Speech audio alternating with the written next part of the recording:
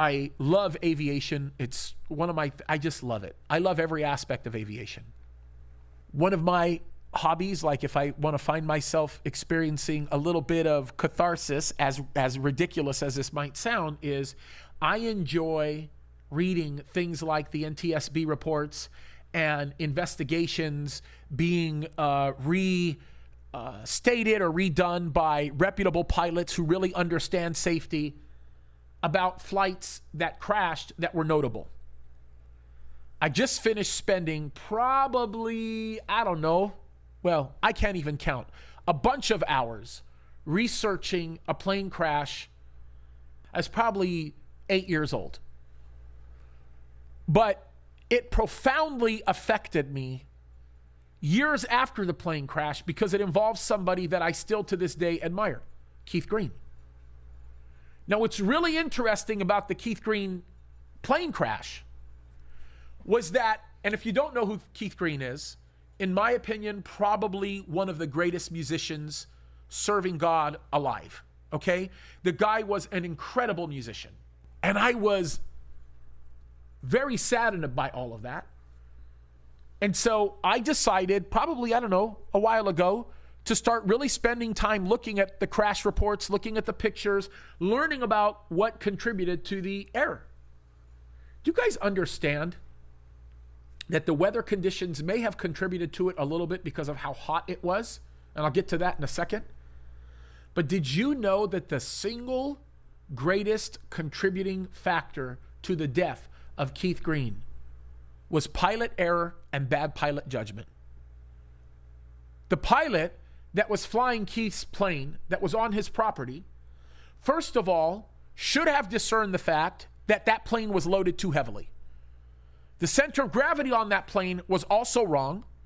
And there are many pilots today that would still fly that model as heavy as it was, as long as the weight distribution was set correctly. The bigger problem was it was a very hot day.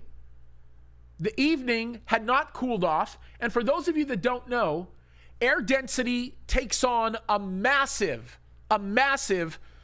a massive effect on things like angle of attack and how an airplane goes in the air and so on and so forth. The air wasn't grabbing the plane like it should because of the heat that was going on. But the single greatest contributing factor to the death of all of those people that perished in that plane crash was two things, right? Number one, it was the way that he chose to pull the plane up.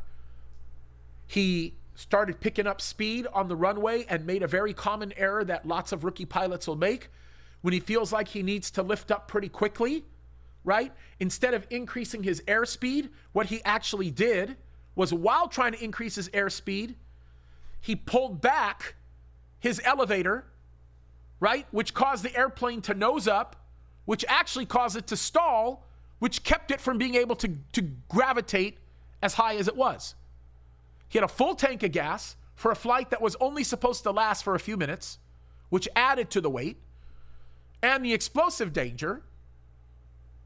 And the second, which was terrible judgment, by the way, because what he should have done is, as he realized he wasn't going to get enough lift, he should have stayed at the same altitude, keeping the angle where the plane was flying in the same direction, maybe in some cases slightly nose down just for a second to pick up enough airspeed and then eventually pull back, which would have given him enough time to get over the trees.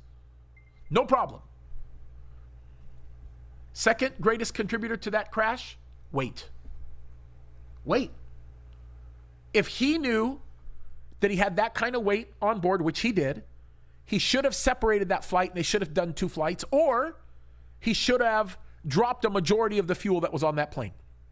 He was overweight. He was roughly 450 pounds overweight in the maximum weight. And even if he was at maximum weight, the way he managed that weight kept the plane from doing what it was supposed to do. I think that's indicative of the life of many Christians. We say we're going to have faith and trust in the Lord, but there are weights that continue to be carried in our lives that keep us from being able to put that faith into practice. We say we're going to run a race, but we have so much weight on us that we can't even pick up our legs to run because we're allowing ourselves to be distracted by things that God never intended for us to be distracted by. Lots of us have hobbies. Lots of us love to do things for fun. Lots of us love to enjoy different things in life. Different people have different things that they like to enjoy. Some people play video games. Other people do hobbies. I have certain hobbies that I absolutely love and that I take very, very seriously. There's all kinds of things that we participate in life every day that could very easily become a weight that keeps us from being everything that God wants us to be. And when that weight is allowed to stay on us, it keeps us from running the race successfully, which is why the Apostle Paul here says, listen, if you know about all of this and you are surrounded by men and women who modeled it for you, get rid of the weight.